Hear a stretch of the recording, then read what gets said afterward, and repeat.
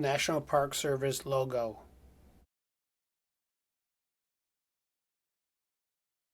Roosevelt Vanderbilt National Historic Sites logo. FDR signing Executive Franklin Order D. Roosevelt's 9066. Executive Order 9066 on February 19, 1942, which today is known by the Japanese community as Day of Remembrance, places a black mark on FDR's administration and in American history.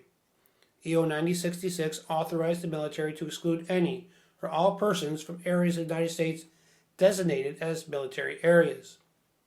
This order did not mention the Japanese by race, but it was designed to move or incarcerate Japanese aliens and Americans of Japanese descent. Persons of Italian, German, and Latin descent were also added, but not to the extent that Japanese Americans were. Surprisingly, this order did not really affect Hawaiian citizens for economic reasons, but it did affect the west coast of the United States. The FDR also issued proclamations 2525, 2526, 2527 that authorized the U.S. to detain allegedly potentially dangerous enemy aliens. The FBI arrested thousands under those proclamations. FBI agent going On December 7, 1941, the FBI and local police began raiding homes that detained so-called suspicious Japanese aliens, along with smaller numbers of German and Italian aliens. President Roosevelt came under increased pressure from military and political advisors to address the nation's fears of further Japanese attacks or sabotage, particularly on the West Coast, where naval ports, commercial shipping, and agriculture were most vulnerable. President Roosevelt and many of his advisors were also worried about the loyalty of Japanese Americans. The shock of Pearl Harbor, along with Japanese atrocities in China and the Philippines, fueled the intensifying decline in race relations. West Coast newspapers, military leaders, and political figures, including California Attorney General Earl Warren, a future Chief Justice of the U.S. Supreme Court, claimed there was no way to distinguish loyal and disloyal Japanese in America. In late March 1942, Lieutenant General John C. DeWitt, head of military's Western Defense Command, announced that plans to remove all people of Japanese descent from Military 1 areas and later Military 2 areas. The removal was termed an evacuation. Some 110,000 people were moved to inland camp areas. Two-thirds of the people taken to these camps were American citizens. Francis Biddle, sitting A at his few in desk. FDR's administration dissented, like U.S. Attorney General Francis B. Biddle and General Mark Clark, the Army's Chief of Staff, but FDR did not listen to the dissenters. Why? Where was this concern of loyalty coming from?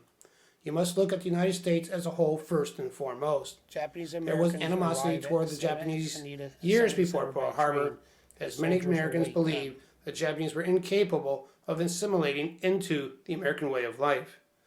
The Pearl Harbor attack only magnified that hatred and prejudice towards the Japanese.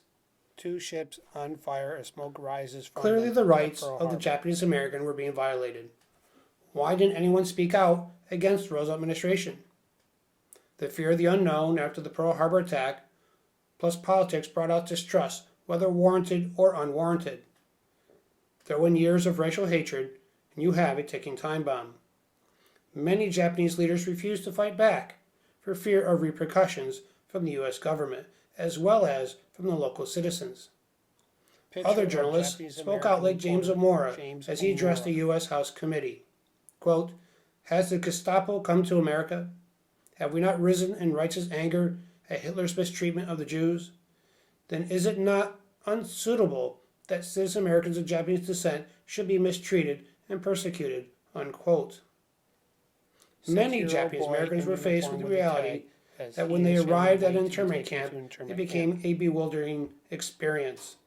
The sight of barbed wire and armed guards shocked many Japanese Americans who had no idea what to expect or how long they would be incarcerated. Even Eleanor Roosevelt expressed her outrage when in 1943 she visited an internment camp called Gila River. Quote, "Though conditions are not bad, I would not want to live this way. The sooner we get the native-born Japanese out of the camps, the better." Unquote. She pressed her husband to change his mind, but when she brought up the subject with him, he interrupted her and told her never to mention it again. Japanese Americans walking George Takei, behind in his the autobiography fence To the Stars, near describes how it houses felt in to the be desert taken of from internment everything you camp. know just because his family was of Japanese descent. George They were Takei American family citizens. at Camp His family Leavenworth lost everything in that they had worked 1942. for. The family was loaded onto a train. They were given identification tags that were attached with soft wire firmly twisted into their clothes. They had to sell the family car for $5 and received nothing for the fridge. His family was loaded onto trains guarded by MPs and taken to Camp Ruhr in Arkansas. They had lost everything. Their loyalty was questioned because of who they were in time of war. Again, all this despite the fact that they were American citizens. 3 boys playing at Camp So where were Leavenworth the courts on this internment issue? camp. Why were they not Image protecting the rights of the Korematsu. Japanese American citizen? 2 court cases would make it to the United States Supreme Court, first in 1943 and then in 1944. The first case was Hirabashi versus United States, and that ruling was in favor of the United States. The second court case was Kiramatsu versus United States. Again, the court ruled in favor of the United States in a 6-3 ruling that states the U.S. and military had a right in times of war to intern minority groups. Justice Hugo Black's ruling was, quote, "It should be noted to begin with that all legal The 9 restrictions which Supreme curtail Court the civil judges rights sitting in of a chairs single in racial their group judges' are robes. immediately suspect. That is not to say that all such restrictions are unconstitutional. It is to say that courts must subject them to the most rigid scrutiny. Pressing public necessity may sometimes justify the existence of such restrictions. Racial antagonism never can," unquote.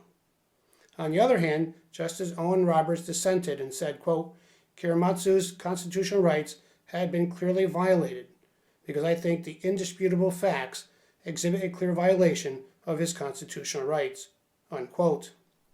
In 1983, Kiramatsu's case was overturned. In Ronald 1988, Reagan, sitting President Ronald at his Reagan desk, signed the surrounded by Civil Japanese Liberties Act Americans, to compensate as he more is than signing the Civil 100,000 Liberties people Act. of Japanese descent who were incarcerated in internment camps during World War II. The legislation offered a formal apology and paid $20,000 in compensation to each surviving victim.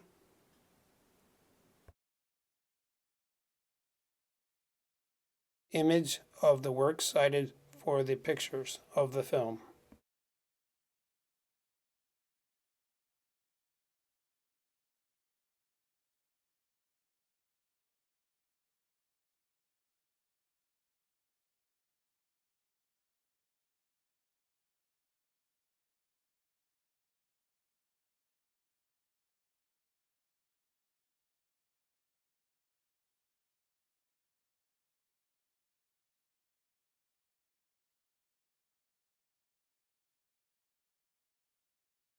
Roosevelt Vanderbilt National Historic Sites logo.